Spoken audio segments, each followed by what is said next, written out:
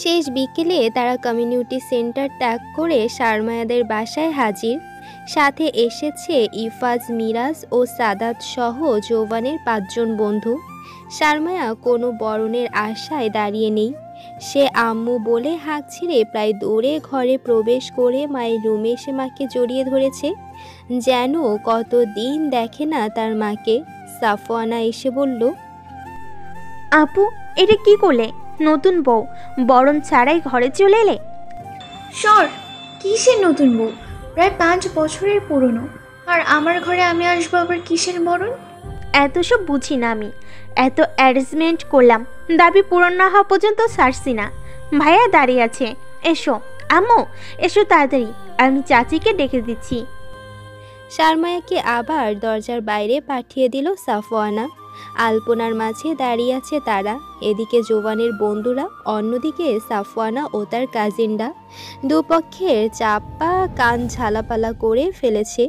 সারমায়া হাত দ্বারা 2 কান চেপে রেখেছে। জোবান ইশারা করে তার বন্ধুদের থামতে বলছে, কিন্তু তারা উল্টো জোবানকে থামিয়ে নিজেদের চাপা ঝাড়ছে। ওদিকে খালামণি সারমায়ার মা সাফওয়ানাদের থামতে বলছে, কিন্তু তারা গুরুজনের কাছে রিকোয়েস্ট করে চুপ থাকতে বলছে, যাতে তাদের আনন্দ নষ্ট না করে দেয়। অবশেষে জয় হলো সাফওয়ানা টিম, তাও কেবল জোবানের জন্য। চাপার জোর বেশি ছিল জোবানের বন্ধুদের। হুট করেই জোবান মুঠো হাত বাড়িয়ে সাফওয়ানার হাতে ধরিয়ে দিল সম্মানী। আর হেরে গেল বিপরীত পক্ষ। বিপরীত পক্ষের সকলেই তার উপর রাগান্বিত। মিরাজ বিড়বিড় করে বলল, জামাই আদর শেষ করে শ্বশুরবাড়ি থেকে বের হও, এরপর বুঝো ঠেলা। জোবান মুচকি হাসল শুধু। অতঃপর চলল বরণ পর্ব। প্রথমে বরণ করতে বলা হলো খালামণিকে। খালামণি জোবানের মুখে মিষ্টি দিল, তারপর চিনি, তারপর পানি। জোবান একদমই অল্প অল্প করে মুখে নিল। অতঃপর সারমায়ার মুখে মিষ্টি দেওয়ার পর চিনি দিলে সারমায়া ওয়াক্থু শব্দযোগে একপাশে ফেলে দিয়ে বলল, হয় চিনি দিতে, না হয় লবণই দিতে। দুইটা একসাথে কেন দিলে? মুখটাই বাজে বানিয়ে দিলে। সাফওয়ানা সহ তার কাজিনগুলো হেসে উঠল। শারমিন ডেকে মেকে তাকালো শুধু, কিন্তু কিছু বলল না। পানি মুখে দিতেই সারমায়ার মুখ কাচুমাচু হয়ে গেল। সে পিছু ফিরে ফ্ল্যাটের কোণে পানি ফেলে দিয়ে বলল, লবণের কারখানা।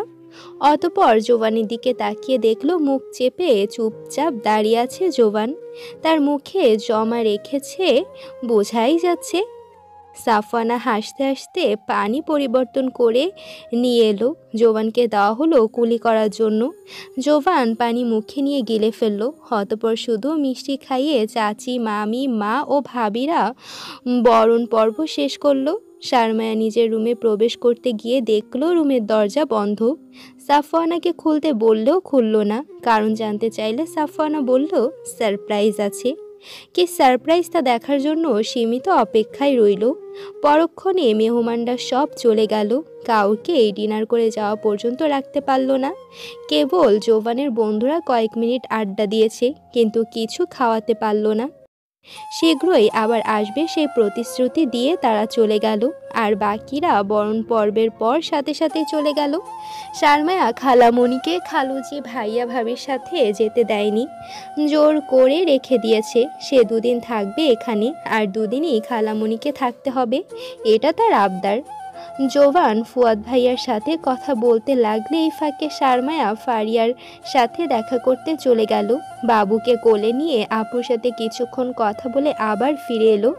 এসে দেখলো সাফওয়ানা, জোবান আর নুহাস টিভি দেখছে আর কথা বলছে। সারমায়া ইচ্ছে করেই চেঞ্জ করেনি, কারণ সে আজ বউ সাজ মুছে ফেলতে চায় না। জোবান হাত মুখ ধুয়ে ফ্রেশ হলো। সারমায়া কেবল হাত ধুয়ে এভাবেই ডিনার করলো। ডিনারের পর সাফওয়ানা রুমের চাবি দিয়ে দিল। সারমায়া লাগেজ নিয়ে এসে দরজা খুলে দেখলো রুম অন্ধকার। বাইরে থেকে আগত আবছা আলোতে সে ধীরে ধীরে এগিয়ে সুইচ অন করে অবাক। তখন সারপ্রাইজের কথা শুনে সীমিত অপেক্ষায় থাকলেও এখন চরমভাবে সারপ্রাইজড। সে সাথে সাথে লাইট অফ করে ফেলল। দৌড়ে গিয়ে এখনই সাফওয়ানাকে একটা কুট্টুস চুমু দিয়ে আসতে ইচ্ছে করছে। ভীষণ আনন্দ লাগছে ফুলে সজ্জিত বিছানা দেখে।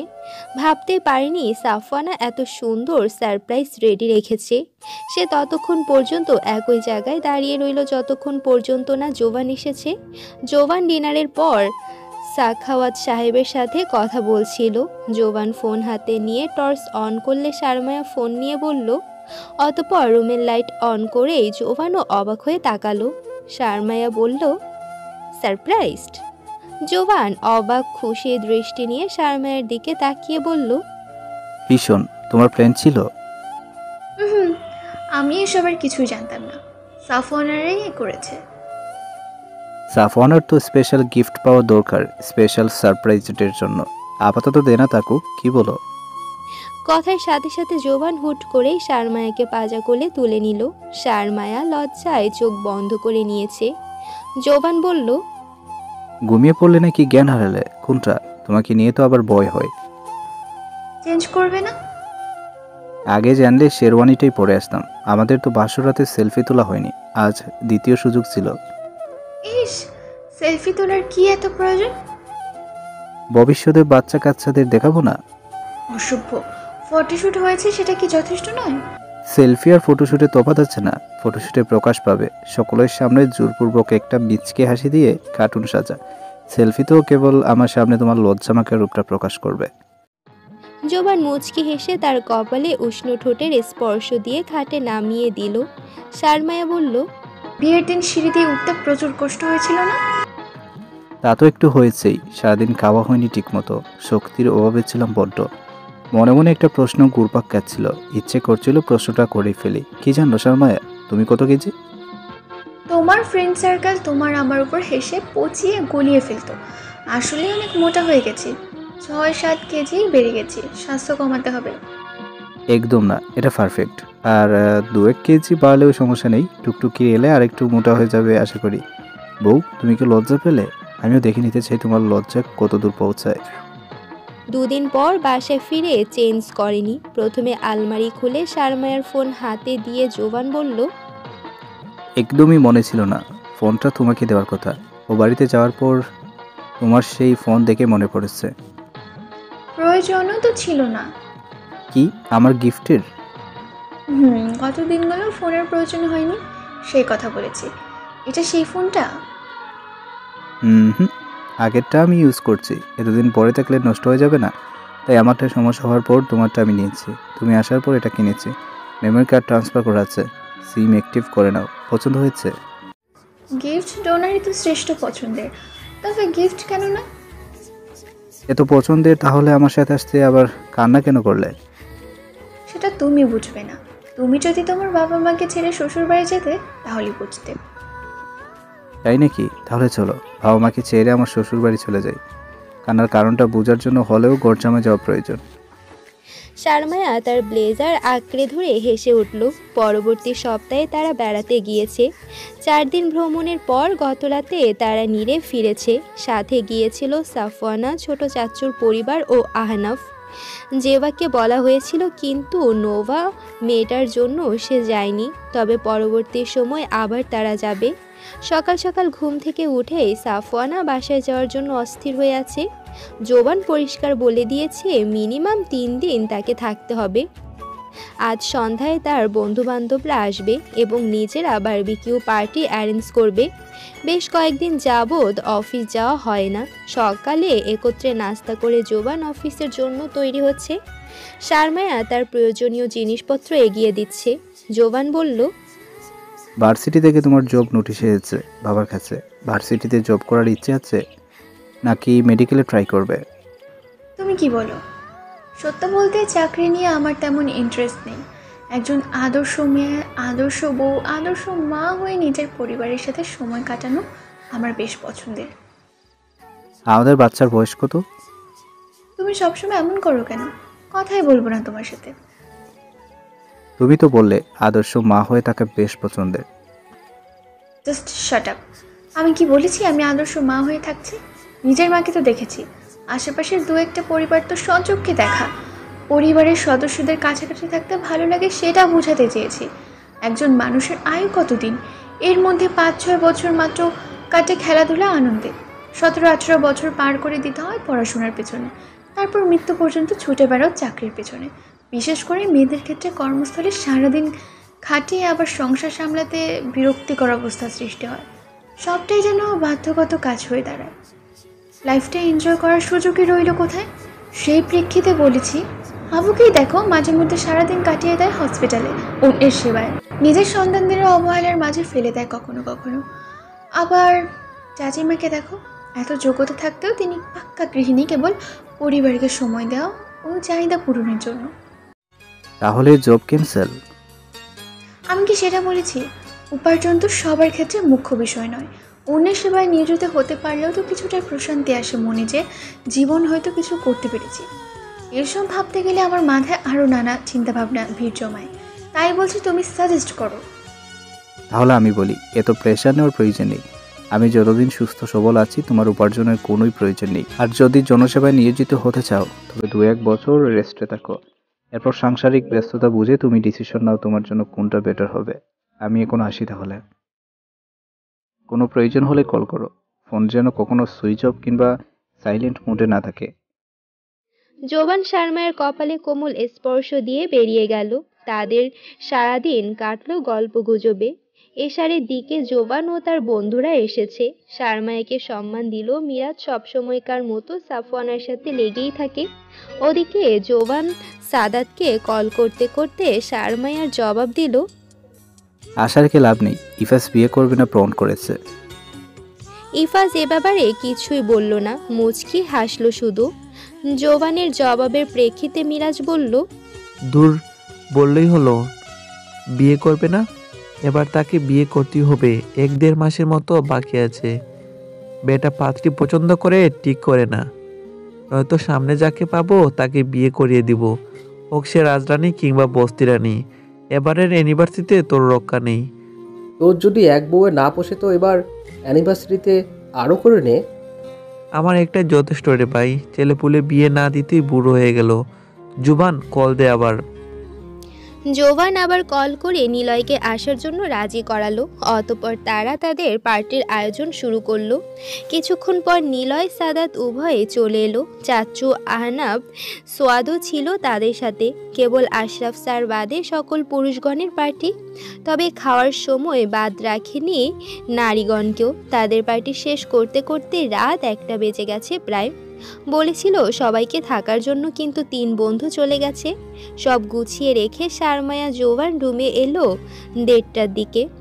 প্রোগ্রামে মিরাজ ভাইয়ের ওয়াইফকে দেখলাম, সাদাত ভাইয়ের ওয়াইফ আসেনি কেন? এমন হিংস ধরিয়ে দিল কেন? না হবে সেই বুদ্ধিমতী। সাদাত ভাইয়ের ওয়াইফকে দেখার খুব ইচ্ছে।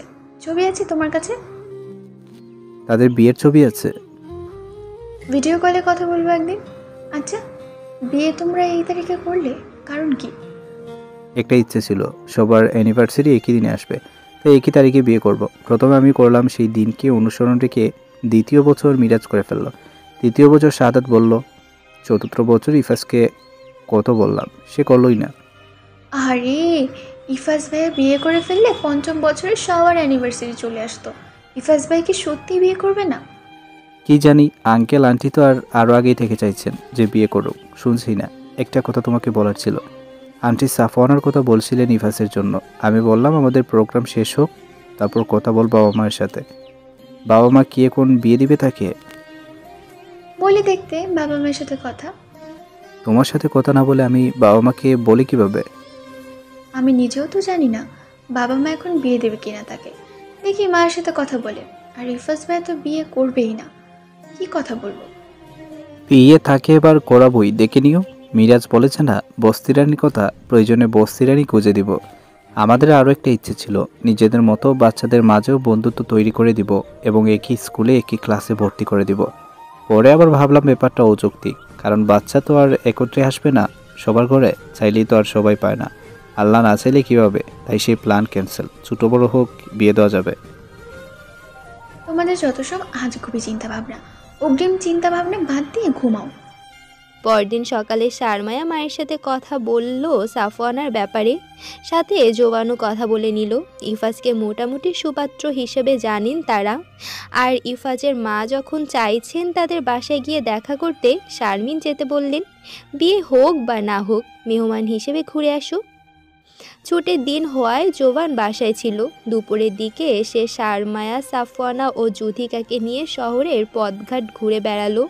শিল্পকলা একাডেমিতে সময় কাটালো কিছুক্ষণ, অতঃপর সন্ধ্যায় বাসায় ফিরে এলো। পরদিন বিকেলে সাখাওয়াত সাহেব এসেছে মেয়ের সাথে দেখা করতে। যাওয়ার সময় সাফওয়ানাকে সাথে নিয়ে গেলেন। জোবান অফিসে থাকায় তার সাথে দেখা হয়নি, বাকিদের সাথে দেখা সাক্ষাৎ হয়েছে। বাবা চলে যাওয়ার সময় শারমায়ারও খুব ইচ্ছে করছিল বাবার সাথে যাওয়ার, কিন্তু তাকে কিছুদিন পর যেতে হবে তাই কিছু বলতে পারল না। গতকাল সাফওয়ানা চলে গেল। আজ দুপুরের আগে বাড়িটা পুরো ফাঁকা হয়ে গেল। জেবা আপুও চলে গেল। ছোট চাচুর পরিবারও বেড়াতে চলে গেল যুথিকার নানা বাড়ি। জোবান অফিসে, শ্বশুর কলেজে। তাদের শাশুড়ি বৌমার সময় কাটলো টুকটাক গল্প গুজব ও সাংসারিক কাজে। সন্ধ্যায় জোবান কল করে জানালো তার ফিরতে দেরি হবে, তাই 9টার দিকে বাবা মা ডিনার করে ফেললো। শারমায়া বাবা মায়ের খাবার এগিয়ে দিয়েছে টেবিলে, তাকে ডিনার করার জন্য বলা হলে সে জানালো সন্ধ্যায় চিপস ভেজে খাওয়ার কারণে তার ক্ষুধা লাগেনি এখনো। জোবান এলে পরে একত্রে খেয়ে নিবে। বাবা মায়ের খাওয়া শেষ হলে সব গুছিয়ে রেখে রুমে এসে বসে রইল। ফোন ঘেঁটে গ্যালারিতে পূর্ব ও পরের মুহূর্তগুলো স্মরণ করতে লাগলো। সময়ের সাথে সাথে সকলের মাঝে কোনো না কোনো দিক থেকে পরিবর্তন চলে এসেছে। পূর্ব ও পরের ছবি দেখে এবং পার্থক্য খুঁজে শারমায়া কখনো হাসছে, কখনো বা ভাবনায় ডুবে যাচ্ছে।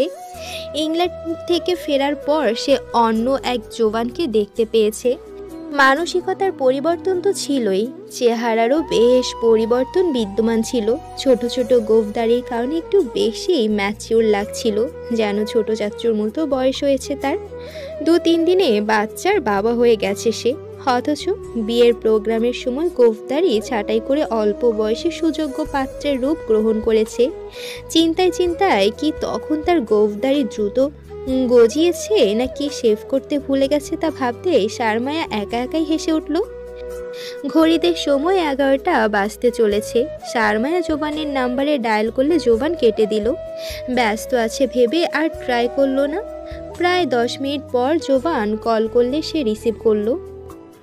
আসসালামু আলাইকুম। ওয়ালাইকুম সালাম। ডিনার করেছো? আমি আজ ফিরছি না, জরুরি একটা কাজে ঢাকার বাইরে চলে এসেছি। হোয়াট?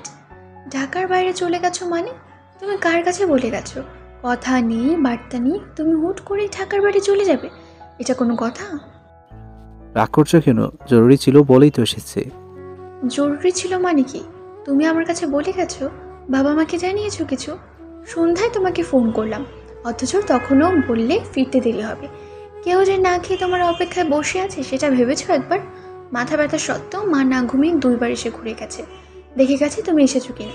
আর তুমি এখন এই সংবাদ দাও আমাকে? ফ্যামিলির চেয়ে বড় হয়ে গেছে তোমার কাজ। কার জন্য করছো এত সব কাজ?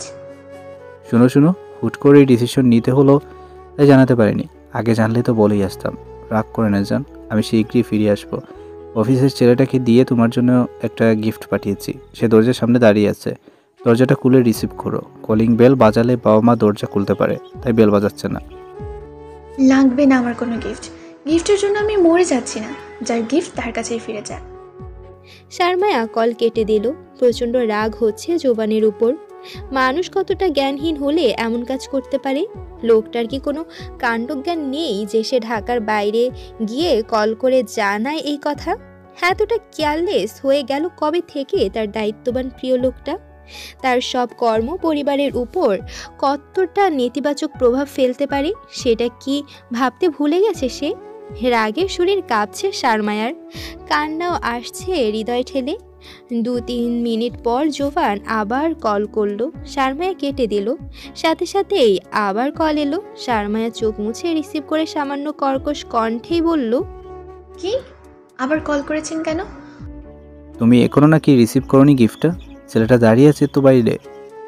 বলেছি না আমার কোনো গিফট লাগবে না। আপনার গিফটের কোনো প্রয়োজন নেই আমার, শুনেছেন? আচ্ছা, রাগ আমার উপর থাকুক, গিফটটা তো রিসিভ করো। রাত হয়েছে, কতক্ষণ আর দাঁড়িয়ে থাকবে? ছেলেটা বাসা যাবে তো আবার।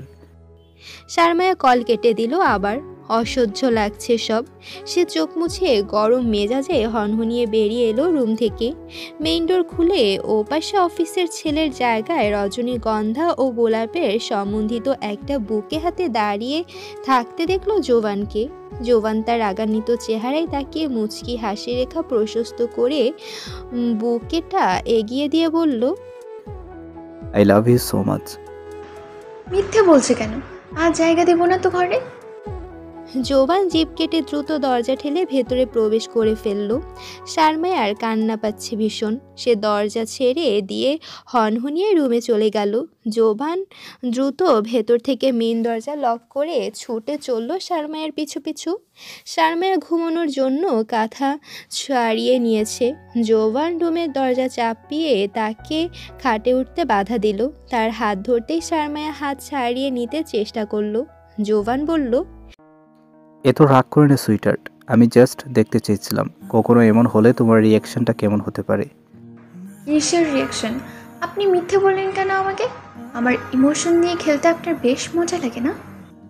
মাই লাভ, এমন কিছু না, আমি সত্যিই তোমাকে দেখতে চেয়েছিলাম। যদি কখনো জরুরি কাজে আটকে যেতে হয়, তুমি কেমন রিয়েক্ট করো। মিথ্যে বলে এসব করে আপনি আমার পরীক্ষা নিচ্ছেন। আপনি যদি বলতেন ফিরতে ফিরতে 3টা বেজে যাবে, তবুও আমি অপেক্ষায় বসে থাকতাম, একটুও রাগারাগি করতাম না যে এত দেরি কেন হলো। আপনি মিথ্যে বলে আমার ইমোশন নিয়ে খেলেছেন। বলতে বলতে শারমায়ার শব্দ যোগে কেঁদে উঠেছে এবং কান্না জোবানের বুকে চাপাতে নিজেই জড়িয়ে ধরেছে। জোবান বুঝতে পেরেছে ফোনে তখন চলে যাওয়ার ব্যাপারটা জেনে যেই রাগটা জমেছিল তাকে সামনে দেখে সেটা বিলীন হতে চলেছে। তাই মৃদু হেসে তার নিয়ে আসা গিফট খাটে রেখে প্রিয়কে দুহাতে জড়িয়ে নিল এবং মাথায় চুমু এঁকে দিয়ে বলল, টুকটুকির আম্মু, তুমি যা ভাবছো তেমন কিছুই না।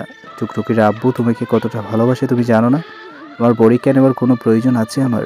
তুমি ভালো স্টুডেন্ট হলেও আমার, পচা স্টুডেন্ট হলেও আমারই। আমি পচা স্টুডেন্ট? জয় স্যার করে জাতি পাগল। কিসের জয় স্যার হয়েছেন আপনি? এই 5 বছরে কী শিখিয়েছেন আমাকে? এটা বলতে পারলে তুমি? কিছু শেখাইনি আমি তোমাকে। প্রেমটা কি তুমি আমার কাছে শেখোনি? শারমায়া কান্নার মাঝে ফিক করে হেসে উঠে তাকে ঠেলে সরিয়ে দিতে চাইল। জোবান গাল গড়িয়ে পড়া অশ্রু মুছে দিয়ে কপালে উষ্ণ ঠোঁটের স্পর্শ দিয়ে বলল, টুকটুকির আম্মু, শার্টটা খুলে দাও না। পারবো না, ছাড়ুন। ভালোবাসি তো, আর লাগাবে? শারমায়া লজ্জায় মাথা নিচু করে ফেলেছে। জোবানের দুষ্টুমি থেকে রক্ষা পেতে সে দ্রুত শার্টের বোতাম খুলে দিল। জোবান তার গিফটটা আবার হাতে তুলে এগিয়ে দিতে শারমায় ঠোঁটে সামান্য মুচকি হাসির রেখা ফুটিয়ে নিয়ে নিল। ড্রেসিং টেবিলের দিকে যেতে যেতে তাজা ফুলের গন্ধ নিয়ে সাদা গোলাপে ঠোঁট ছুঁয়ে দিল। যদিও জোবানের দৃষ্টির অগোচরে দিয়েছে, কিন্তু ড্রেসিং টেবিলের আয়নায় জোবান দেখে ফেলেছে। তাই বলল, ওটা আমাকে দিলে কি হতো?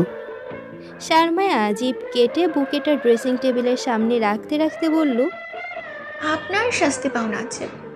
খাবারের প্লেট এখানে নিয়ে এসো, খাইয়ে দেবো। একদম না, টেবিলে গিয়ে খাবেন। আমি খাইয়ে দেবো তোমাকে। না, যা বলছি তা করুন। আমি খাবার দিচ্ছি, হাত মুখ ধুয়ে টেবিলে আসুন।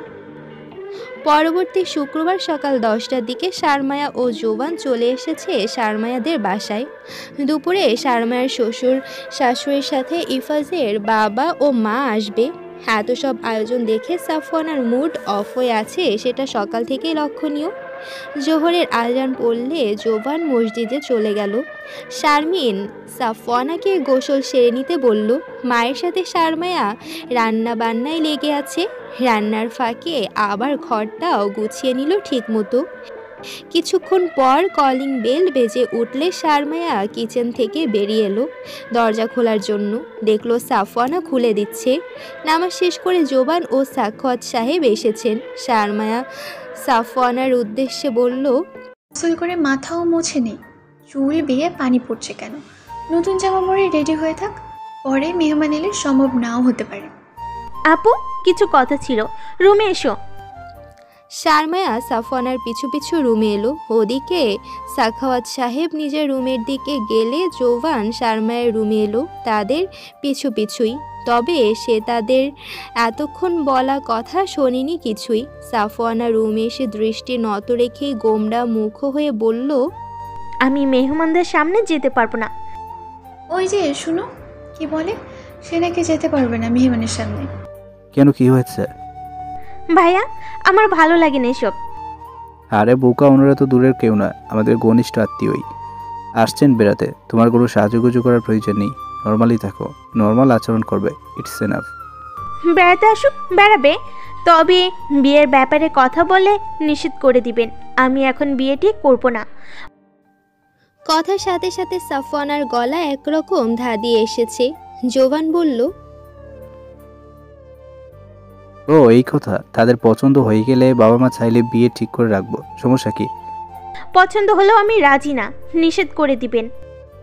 এ সময় তার এমন ভঙ্গিমা মোটেও পছন্দ হচ্ছে না শারমায়ার।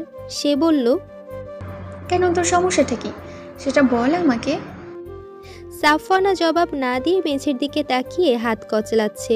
শারমায়া বলল, চুপ করে আছিস কেন? আমি একজনকে পছন্দ করি আপু। কথাটা বলে ফোপাতে লাগলো সাফওয়ানা, যেন খুব সাহস জুগিয়ে কথাটা প্রকাশ করতে হয়েছে তাকে। শারমায়া চরম বিস্মিত। সে রাগান্বিত গলায় বলল, এই মেয়ে আমার দিকে তাকাও, এসব কি শুনছি আমি? এই শিক্ষা পেয়েছিস তুই আমাদের পরিবার থেকে? মেহমান আসছে দেখতে, আর আজ তুই এসব শোনাচ্ছিস? ওনাদের কি অপমান করার জন্য ডেকেছি? আব্বু আম্মু জানলে ওনাদের উপর কী প্রভাব পড়বে সেই সম্পর্কে বিন্দুমাত্র ধারণা কি তোর আছে? বাবা মা এত আদর যত্ন লালন পালন করেছে, ফলাফল এমন হওয়ার জন্য? জোবানও কিছুটা বিস্মিত হয়েছে। সাফওয়ানার সম্পর্কে এমন কিছু তারও ধারণার বাইরে। এরই মধ্যে ফোনটা বেজে উঠল। মিরাজ কল করেছে। জোবান কল কেটে দিয়ে শারমায়াকে শান্ত করতে বলল, শর্মায়, শর্মায় থামো, গলা নিচু করো। তুমি বুঝতে পারছো সে কি বলছে? আমাদের কাছ থেকে কখনো এমন কিছু প্রত্যাশা করেনি বাবা মা। এখন এসব জানলে কষ্ট পাবে না তারা? চুপ করো, ঠান্ডা মাথায় কথা বলি। এভাবে গরম মেজাজে তো কোনো সমাধান আসবে না। আমি কথা বলছি। জোবান লক্ষ্য করেছে সাফওয়ানা খুবই ভয়ার্ত অবস্থায় আছে। কথাগুলো প্রকাশ করতে যেন তার মাঝে সাহসের বড্ড ঘাটতি রয়েছে। তার হাত পা কাঁপছে। তাই জোবান শারমায়াকে থামিয়ে নরম গলায় সাফওয়ানাকে বলল, ছেলে কি তোমার ক্লাসমেট? সাফওয়ানা দুদিকে মাথা নাড়ালে জোবান বলল, সিনিয়র। সাফওয়ানা এবারও মাথা নাড়িয়ে ইতিবাচক জবাব দিলে জোবান বলল, রিলেশন কত বছরের? রিলেশনে যাইনি, তবে অনেক পছন্দ করি। মানে কি, সে তোমাকে পছন্দ করে না? জানি না আমি কিছুই। কথার কোনো কুল কিনারা পাচ্ছে না জোবান। হাসিও পাচ্ছে তার, কিন্তু হাসি চাপা রাখলো। সে আবার জিজ্ঞেস করলো, সে তোমাকে পছন্দ করে কিনা সেটাই জানো না, আর তুমি তার জন্য অপেক্ষা করবে? সেও তো করে হয়তো, তবে প্রকাশ করেনি। তবে আমি তাকে পছন্দ করি। আচ্ছা, আজ যেহেতু মেহমান আসছে, তাদের তো আর ফিরিয়ে দেওয়া হচ্ছে না। ওনারা আসুক, তুমি তাদের সামনে যাও। পরে আমরাই না হয়ে সেই ছেলের সাথে কথা বলে জেনে নিব। তার ছবি দেখাও আর অ্যাড্রেসটা দাও। তুমি এভাবে আশকারা দিতে পারো না তাকে। জোবান তার দিকে তাকালো শুধু, আর সেই দৃষ্টি দেখেই সে বুঝে নিয়েছে জোবান থেকে আপাতত চুপ থাকতে বলছে। মেহমান চলে গেলে পরে কথা বলে একটা ব্যবস্থায় আসবে। তাই শারমায়া চুপ করে রইল। সাফওয়ানা সেই যে মাথা নত করেছে এখনো সেভাবেই আছে। চোখ থেকে পানি পড়ছে টুপটাপ। জোবান বলল, কি হলো, ছবি নেই? তাহলে অ্যাড্রেস দাও, নাকি সেটাও নেই? আমি ইফাজ ভাইয়ের কথা বলছি। জোবান এবার চরম অবাক। সে ইফাজকে পছন্দ করে, আর সে কি জানে না ইফাজের পরিবারই আসছে তাকে দেখতে। সে সাথে সাথে শারমায়ের দিকে তাকাতেই দেখলো শারমায়ও অবাক দৃষ্টিতে তাকিয়েছে। তার দৃষ্টিতেও যেন একই প্রশ্ন ভাসছে।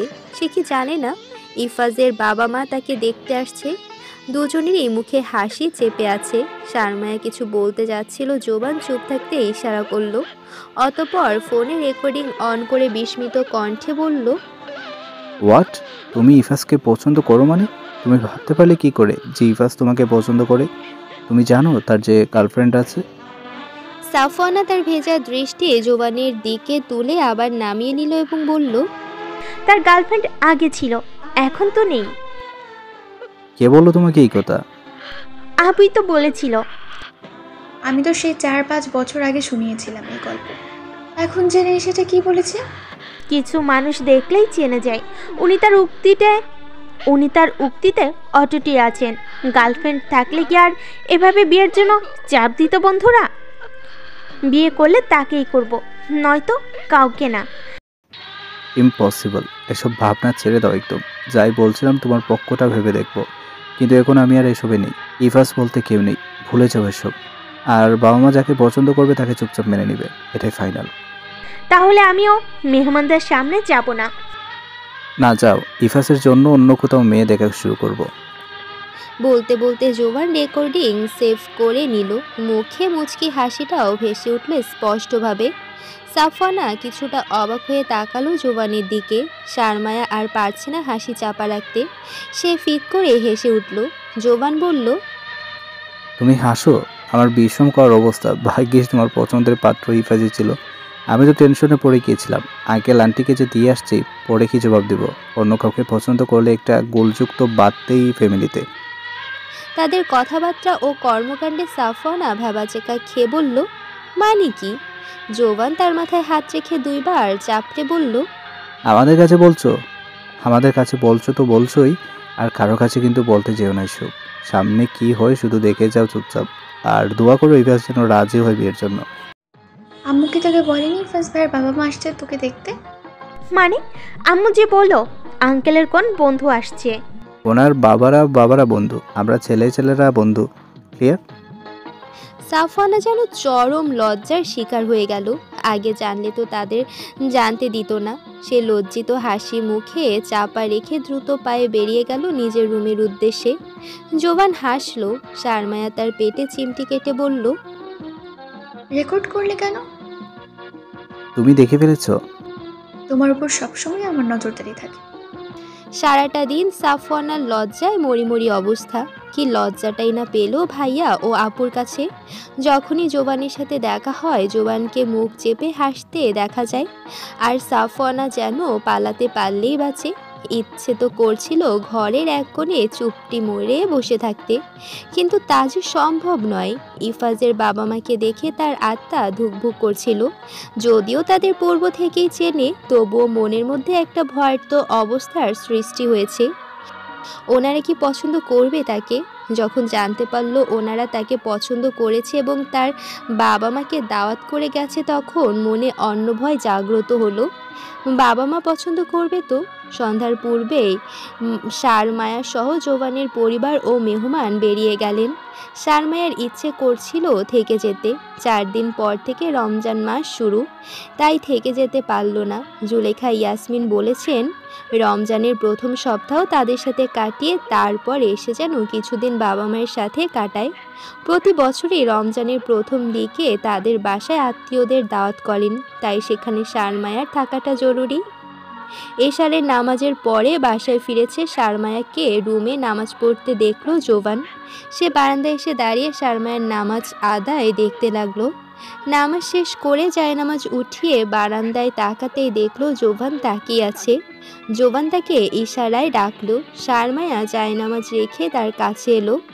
জোবান মুখখানা দুহাতে ধরে কপালে ঠোঁট ছুঁয়ে দিয়ে বলল, বাতাসটা ভালো লাগছে না? ঠান্ডা বাতাস, বৃষ্টি হবে মনে হয়। ঠান্ডা বাতাসের সংস্পর্শে দাঁড়িয়ে খোশ গল্প করছিল দুজন। মিনিট 5 পরেই মিরাজের কল এলো। মিরাজ জানালো তারা জোবানদের বাসার ছাদে আছে। জোবানকে সেখানে যেতে বলল। জোবান কল কেটে শারমায়াকে বলল, আমি ছাদ থেকে আসছি একটু। জোবান হেসে বলতে বলতে বেরিয়ে গেল। ছাদে এসে দেখলো 3 জনই এসেছে। সকলের হাতে স্প্রিট ক্যান। ঢোকের পর ঢোক গিলে যাচ্ছে। মিরাজ তার দিকে স্প্রিট ক্যান এগিয়ে দিয়ে বলল, তুই শ্বশুরবাড়ি থেকে ঘুরে এলি, আমরা যমুনা পিকচার পার্ক থেকে ঘুরে এলাম। এবার বল ইফাদের শ্বশুরবাড়ির খবর কি? আঙ্কেল আন্টি তো কনফার্ম। দুলহা রাজ্যের কি খবর? জোভান, তুইও কি পাগল হয়ে গেছিস? মা বললো আর তুই সাফওয়ানকে দেখাতে নিয়ে গেলি। সাফওয়ানা পিচ্ছি একটা মেয়ে, আমি যাকে ছোট বোনের মতো দেখি, আর তাকে কি না। তোর কাছে কিন্তু এমন কিছু কখনোই প্রত্যাশা করিনি। ওই, সে কি তোর মায়ের পেটের বোন? এ তো অজুহাত দেখাচ্ছিস কেন? এইবার বিয়ে না করলে তোর কবর আছে। ফাজলামোর একটা লিমিট থাকা দরকার। বোন তো বোনই। প্রত্যেক বাবা মাই সন্তানের ভালোটা চায় এবং সন্তানের কাছ থেকে কিছু প্রত্যাশা করে। সেই আদিকালের জেদ নিয়ে বসে থেকে আঙ্কেল আন্টিকে এভাবে হতাশ করিস না। তোর জীবন সাজিয়ে দেওয়ার প্রচেষ্টা কম করছে না তারা। যে ভাগ্যে নেই তাকে মনে বেঁধে রাখারও কোনো মানে হয় না। সাফওয়ানাকে কর, আর যাকেই কর বিয়ে করে নে। কেন সাফার খারাপ কিসে ভাই? এত জ্বালাতন করিস না তো। আর কত খালাতো ফুফাতো চাচাতো মামাতো ভাই বোনের বিয়ে হয়ে যাচ্ছে, আর তুই আসিস কত মাইল দূরের বোন নিয়ে। তোর জন্য একত্রে হানিমুনও যেতে পারি না। সবাই বউ নিয়ে যাবে আর তুই আলাদা থেকে যাবি। এতদিন তো যৌবন ছিল তোর সঙ্গী, আর এখন কিন্তু সেই সুযোগও নেই। ভাবি চলে এসেছে আর সিঙ্গেল থাকিস না। আঙ্কেল আন্টি পছন্দ করছে যখন, চুপচাপ বিয়ে করে নে। আচ্ছা, বয়সের ডিস্টেন্স তো দেখবি তোরা। হুট করে একটা বললেই হলো। তুই আছিস বয়সের ডিস্টেন্স নিয়ে, আর ওদিকে পিচ্ছি যে ধরছে একদাপ এগিয়ে। এখন কি হবে বল? জোবান রেকর্ডিংটা অন করে শোনালো। উপস্থিত সকলেই অবাক। মিরাজ তো দুহাত মাথায় তুলে লাফানো শুরু করে দিয়েছে। সাদাত বলল, ভাই এসব কবে থেকে চলছে? শুধু কি আমাদের সামনে তুই মুখোশধারী মানব? স্পিচলেস। জোবান, সত্যি কি পিচ্ছি বলছে এগুলো? পিচ্ছি কি সারা জীবন পিচ্ছি থাকবে? না মানে আমি তোকে পছন্দ করি এমন কিছু সে ভাবলো কিভাবে? হয়তো বেশি ভালো লাগার পরিণাম। আমার বোন দেখতে খারাপ না তো, কালোও না, বোঝাও না, কাটাও না। তোর সাথে বেমানানো হবে না। বাকিটা তোর ইচ্ছে, লাইফ তোর, সুতরাং তোর ভালো লাগার উপরেই ডিপেন্ড করবে। চাপিয়ে দেওয়ার মতো আমি বা আমরা কেউই না। না, দেখতে খারাপ তো বলছি না আমি। তার স্মার্টনেস সবসময় আমার পছন্দ। কথা বলার স্পিড সুপার। তাই তো দুষ্টমিও করি বেশি, কিন্তু এমন রিলেশনের ব্যাপারে কখনোই আমি ভাবিনি। ভাবিসনি তো কি হয়েছে? এখন থেকে ভাবতে শুরু কর। আর কোনো কিন্তু নেই। আমাকে যদি এভাবে বলা হতো আমি ডিরেক্টলি কবুল বলে দিতাম। ইগনোর করিস না মেরে ভাই। এই প্রেম কিন্তু আর পিঠে ভাবি না। পিচ্ছি তোকে ছাড়া কাউকে বিয়ে করতে রাজি না। আহা পিচ্ছি, মেয়েটাকে কুমারী থাকতে বাধ্য করিস না, রাজি হয়ে যা না। ওদিকে জোবান ও সাদাত হাসছে মিরাজের অভিনয় দেখে। এদিকে ইফাজের মুখেও ফুটে আছে চাপা হাসি। রেকর্ডিংয়ে সাফওয়ানার কথা শুনে অবাক তো বটেই। মিরাজ তার গাল টিপে বলেই যাচ্ছে, বল রাজি, বল না রাজি। রাজি। ইফাজ তার হাত সরিয়ে দিয়ে বলল, যা রাজি। মিরাজ স্পিড ক্যান লাথি দিয়ে ছাদের অপর প্রান্তে পাঠিয়ে সাদাতকে টেনে নাচতে লাগলো। জোবান মুচকি হেসে ডান হাত ইফাজের দিকে সামান্য বাড়িয়ে বলল, কংগ্রেস করবো নাকি? প্রত্যুত্তরে ইফাজ মুচকি হাসি রেখা প্রশস্ত করে হাত বাড়িয়ে নিজেই তার হাত ধরে হ্যান্ডশেক করে বলল, লাইফে এই প্রথমবার বোধহয় কোনো ডিসিশন এত কম সময় নিলাম, তাও আবার সবচেয়ে বড় ডিসিশনের ক্ষেত্রেই। সমস্যা নেই, তুই সময় নিয়ে ভেবে দেখ। এটাই ফাইনাল। ভেবে ভেবে তো জীবনে অনেক কিছুই করলাম, এটা না হয় ব্যতিক্রমী থাক। তো নিজেদের পক্ষের ডিসিশন আবার চেঞ্জ করে ফেলিস না। মত দিয়ে ফেলেছি যখন, পালিয়ে হলেও বিয়ে করে ফেলবো। কিডন্যাপ করার দায়িত্ব সাদাত ও মিরাজের। দূর, সেই চিন্তা করার দায়িত্ব আমার বাপের। পরদিন সন্ধ্যায় জোবান অফিস থেকে বাসায় ফিরল। শারমায়া সাদাতের স্ত্রী আখির সাথে কথা বলল ভিডিও কলে। কথাবার্তা আচার আচরণ বেশ ভালো লাগলো শারমায়ার, খুবই আন্তরিক। শারমায়া প্রথমে ভাবি বলে সম্বোধন করছিল, কিন্তু আখি বলে দিয়েছে তাকে যেন নাম ধরেই ডাকে। আর যাই হোক, শারমায়ার বিয়ে আগে হয়েছে তাই বড় এর সম্মানটা শারমায়াকে দিয়ে রাখলো। হতপর মিরাজের কাছে কল করেও তার স্ত্রী লিসার সাথে ভিডিও কলে কথা বলল। পাশে ছিল তার কাজিন সিনথিয়া সহ আরও দুজন। সবার সাথেই কিছুটা সময় জুড়ে হাসি ঠাট্টা চলল। জোবান রুমে থাকলেও দূরেই ছিল। তাকে দেখলে অতিরিক্ত দুষ্টুমি করতে পারে এবং শারমায়াকে জেলাসি করে তুলতে পারে, তাই সে ক্যামেরার সামনে আসেনি। তার মিষ্টি বউয়ের মিষ্টি মুখখানা দেখেই তার ভালো লাগে। অযথা অন্যের সাথে গল্প করার মানসিকতা জোবানের মাঝে নেই। কল কেটে শারমায়ার দুহাত মেলে আড়মোড়া ভাঙল। জোবান টি টেবিলের উপর পা তুলে সোফায় বসে আছে। আড়মোড়া ভাঙতে দেখে শারমায়ার উদ্দেশ্যে বলল, ঘুম থেকে জাগলে নাকি? শরীর কেমন যেন ঝিমিয়ে আসছে। চলো না ছাদ থেকে একটু ঘুরে আসি। এখন সাথে যাবে? পার্টি আর তো আড্ডা দে, চলো বাইরে থেকে হেঁটে আসি। তাহলে তো আরো বেশি ভালো হয়, এমনি তো ফুচকা খেতে ইচ্ছে করছিল আজ। তাহলে আগে বললে না, আমি আসার সময় নিয়ে আসতাম। আমি কি জানতাম তুমি তাড়াতাড়ি ফিরবে আজ? তাহলে মাকে নিয়ে বেরিয়ে যেতে। ইস, মাকে বলি কিভাবে? চাচিমা কিংবা আপু থাকলে বলতাম। কি লজ্জা! আরে বোকা, এটা জানো আপুর আগে মা যাবে তোমাকে নিয়ে। আপু তার বাচ্চা কাচ্চা নিয়ে সময় করে উঠতে পারলে না, সময় দিবে তোমাকে। মা তো ফ্রি ছিলেন, মায়ের সাথে ইজি হতে পারলে এভাবে অনেক কিছুই মিস করবে। এসো যাই তাড়াতাড়ি, আমি আসার সাথে সাথে বললেও তো হতো। এখন ডিনার করারই সময় হয়ে গেছে। থাক তাহলে, অন্য কোনো সময় যাব। এসো, ইচ্ছাকে অবহেলা করতে নেই, প্রয়োজনে একটু লেট করে ডিনার করব। দুজনে বেরিয়ে গেল ব্যস্ত শহরের জমজমাট সন্ধ্যাপথে। কিছু দূর পরপরই ফুটপাত জুড়ে আসন পেতে বসে আছে বিভিন্ন খাবারের ফেরি। রাস্তায় ধুলাবালির সমাহারের কারণে জোবান রেস্টুরেন্টে ফুচকা খাওয়ার জন্য বলেছিল, কিন্তু রাস্তার পাশে দাঁড়িয়ে ফুচকার স্বাদ উপভোগ করার মজাটা অন্যরকম, যেটা সজ্জিত রেস্টুরেন্টে খুঁজে পাওয়া যাবে না। তাই শারমায়া রাজি হলো না। তারা রাস্তার ধারের ফেরি থেকে ফুচকা খেয়েছে। অতপর হাতে হাত রেখে কদমে কদম মিলিয়ে পথ ধরে দুজন হেঁটেছে আর গল্প করেছে। 30-40 মিনিট বাইরে কাটিয়ে আবার বাড়ি ফিরে এসেছে।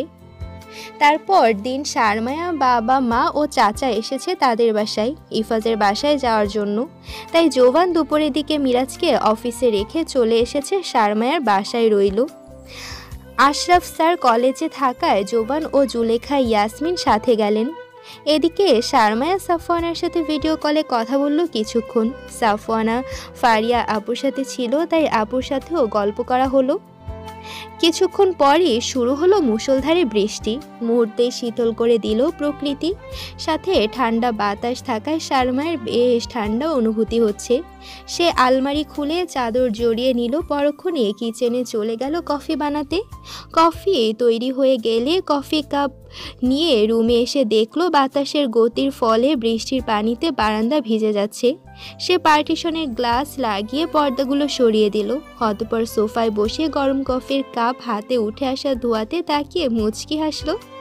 পরক্ষণে বাইরে তাকিয়ে কফির সাথে বৃষ্টি উপভোগ করতে মনে মনে বলল, এই বৃষ্টি ভেজা শহরে তোমাকে যে বেশ পড়ছে মনে। মন্দ হতো যদি তুমিও থাকতে পাশে। মাগরিবের দিকে শারমিন কল করে জানালেন ওনারা ইফাজের বাসা থেকেই চলে যাচ্ছে। এখনও ঝিরিঝিরি বৃষ্টি পড়ছে, তাই এখন আর তাদের বাসায় আসবেন না। মিনিট 10 পর জোবান চলে এলো তার মাকে নিয়ে। শারমায়াকে চাদরে জড়িয়ে থাকতে দেখে জোবান বলল, শীতকাল চলে এলো নাকি? ঠান্ডাকাল এসেছে। জোবান তার কপাল গলায় হাত রেখে তাপমাত্রা পরিমাপ করতে করতে বলল, জ্বর টর আসেনি তো আবার? ঠান্ডা লাগছিল তাই পড়ছি। আমার তো লাগছে না। তো আমার কি করার, ফ্রিজের পানি এনে ঢেলে দিই? শারমায়া তার হাত থেকে শার্ট নিতে নিতে মুচকি হাসলো। টেবিলে কাপ দেখে জোবান বলল, ঠান্ডার প্রকোপে কফি খেয়েছিলে? শারমায়া কাভার থেকে টি শার্ট প্যান্ট নিয়ে তার দিকে এগিয়ে আসতে আসতে বলল, আজ খুব মিস করছিলাম যে তোমাকে। আমি তো করবই এবং বলবো। তারপরও বাবা কোনো কারণ দেখালে তো আমার পক্ষে জোর করাটা সম্ভব হবে না। ওনারা তো আর জানেন না আমাদের অ্যানিভার্সারি মিশনের কথা। তবে এমন কিছু হলে তুমি জোর দেখাতে পারবে, তাই বলছি। আচ্ছা, পরেরটা পরে দেখা যাবে। টি শার্ট কি গলায় ঝুলিয়ে রাখবে? তুমি চাইলে কেন নয়। পরো আর আমাকে ছাড়ো, খাবারগুলো গরম করে ফেলি, নষ্ট হয়ে যাবে নয়তো। চাচুরা তো আগামীকাল আসছে, তাই না? শারমায়ার পরিবার থেকে সিগন্যাল গ্রিন এলো। রহমতের প্রথম দিন অর্থাৎ প্রথম রমজানে জোবানের পরিবার থেকে এতিমখানায় ইফতার দেওয়া হলো। পঞ্চম রমজানে আত্মীয় স্বজন দাওয়াত করা হলো। সারমায়াদের পরিবার থেকে সারমায়ার বাবা মা এসেছে, কিন্তু সাফওয়ানা আসেনি, কারণ সে জানে এখানে ইফাজ ও তার পরিবার থাকবে। তাই সারমায়া বারবার বলার পরও সে এলোই না। রোজা রেখে সারাদিন কাজে ব্যস্ত থেকে এক প্রকার হাঁপিয়ে গেছে সারমায়া। তানহা ও জুলেখা, ইয়াসমিন আর জেবা তো বাচ্চা নিয়ে এমনিতেই ব্যস্ত, তার উপর তাদের কাজকর্ম এগিয়ে দেওয়া। আসরের পর থেকে মেহমান আসতে লাগলো। মোটামুটি বড়সড় একটা ইফতার আয়োজন হয়ে গেল। কলেজের প্রিন্সিপালের পরিবারও উপস্থিত ছিলেন। সারমায়ার বেশ অস্বস্তি লাগছিল, কিন্তু জোবানের পরিবারের সাথে প্রিন্সিপালের পরিবারের আন্তরিকতা দেখে সারমায়া মুগ্ধ। ইফতার ও ডিনার করে একে একে মেহমান চলে গেল। বাবা মা চলে যাওয়ার সময় চাইছিলেন সারমায়ার সাথে যাক। সারাদিন কাজকর্ম করে শরীর যেন নিস্তেজ হয়ে পড়েছে। এখন যেতে হলেও কত গোছগাছ করতে হবে। তাছাড়া এলোমেলো আসবাবপত্র না গুছিয়ে এভাবে চলে যাওয়া ঠিক হবে না। তাই সারমায়া নিজেই নিষেধ করে দিল আজ যাবে না, কাল বা পরশু জোবান নিয়ে যাবে। মেহমান চলে গেলে যুথিকা ইয়াসমিনের নির্দেশনা মতো কাজ একপাশে চাপিয়ে সকলে বিশ্রামের জন্য চলে গেল। সারাদিন সকলের উপরই ধকল গিয়েছে। সারমায়ার চেহারায় ক্লান্তি ভেসে উঠেছে স্পষ্টভাবে। সে রুমে এসে হাত মুখ ধুয়ে এলো। জোবান তাকে শুতে নিষেধ করলো। সারমায়া কারণ জানতে চাইলে সে জবাব না দিয়ে ড্রেসিং টেবিল থেকে তেল নিয়ে এলো। সারমায়া বলল, তুমি দিয়ে দিবে নাকি? আমার টায়ার্ডনেস তুমি দূর করতে পারলে তোমার বেলায় আমি কেন নয়? সারমায়া মুচকি হেসে চোখ বন্ধ করে বসে রইল চুপচাপ। জোবান দুহাতে সারমায়ার মাথা ম্যাসাজ করে দিতে লাগলো। 2-3 মিনিট অতিক্রম হতেই সারমায়া তাকে থামিয়ে দিতে হুট করে জড়িয়ে ধরে বলল, যথেষ্ট হয়েছে, আমার টায়ার্ডনেস দূর করা হয়ে গেছে। ভালোবাসি প্রিয়, প্রতিটি মেয়ের জীবনে তোমার মতো একজন ভালোবাসা থাকুক। তার হুটহাট কর্মে মুচকি হেসে জোবান তেল মাথা হাতে তাকে জড়িয়ে ধরে মাথায় চুমু এঁকে বলল, প্রতিটি মেয়েও তোমার মতো হোক, ভালোবাসি জান। 1 মিনিট, আসছি। কোথায় যাচ্ছ? আসছি বললাম তো। সারমায়া কাবার্ড খুলে কিছু নিয়ে বাথরুমে চলে গেল। জোবান তেলের কৌটা ড্রেসিং টেবিলে রেখে টিস্যু নিয়ে হাত মুছে নিল। সারমায়াকে প্লাজোর সাথে টি শার্ট পরে বের হতে দেখে জোবান অবাক হয়ে তাকালো। সেটা সেই লাল টি শার্ট যেটা ইংল্যান্ডে সারমায়াকে দিয়ে এসেছিল। সারমায়া লজ্জায় হেসে দৃষ্টি নিচের দিকে রেখে বলল, একদম লজ্জা দেওয়ার চেষ্টা করবে না।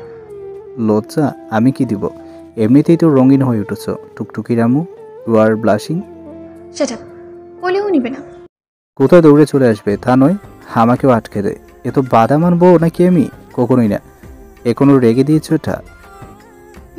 এখানে আসার পর সেই যে গুছিয়ে রেখেছি, গত দিনগুলোতে ভুলেই গিয়েছিলাম এটার কথা। গতকাল আলমারি গোছানোর সময় চোখে পড়ল। ইংল্যান্ডে অসংখ্যবার এটা পড়েছি। এখনও ঠিক ততটাই প্রিয়, যতটা প্রিয় তখন ছিল। আচ্ছা, আর আমি কতটা?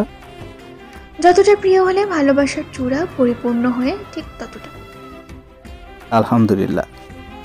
2 দিন পর জোবান সারমায়াকে নিয়ে গেল পিত্রালয়। শ্বশুরবাড়িতে জোবান একদিন থেকে সারমায়াকে রেখে চলে গেল। সাফওয়ানা যেন এবার লজ্জায় দূরেই থেকেছে। তাকে দেখলেই যেন জোবানের হাসি পায়। সাফওয়ানাও দৌড়ে পালায়, তবে সারমায়ের সামনে যেতে ও কথা বলতে লজ্জাবোধ করে না। ষোড়শ রমজানে জোবানের পরিবারকে দাওয়াত করলো সাখাওয়াত সাহেব। ইফাজের পরিবারের সাথে যেহেতু নতুন সম্পর্ক স্থাপন করতে যাচ্ছে, তাই তাদের পরিবারকেও দাওয়াত করলো। সেই সুবাদে ইফাজের বাবা অন্য এক প্রস্তাব করলেন। ষোড়শ রমজানে যেহেতু দাওয়াতে আসছেন, সেহেতু সেদিন সাফওয়ানা ও ইফাজের এঙ্গেজমেন্ট সম্পাদনের ও বিয়ের দিন তারিখ পাকাপাকি প্রস্তাব রাখলেন। জোবানের বাবারও মত রাখলেন, তাই সাখাওয়াত সাহেব রাজি হলেন। ছোট মেয়ের এঙ্গেজমেন্টের আলোকে আয়োজনের আকৃতি বড় করতে চাইলেন, কিন্তু সারমায়ের খালামণি নিষেধ করল।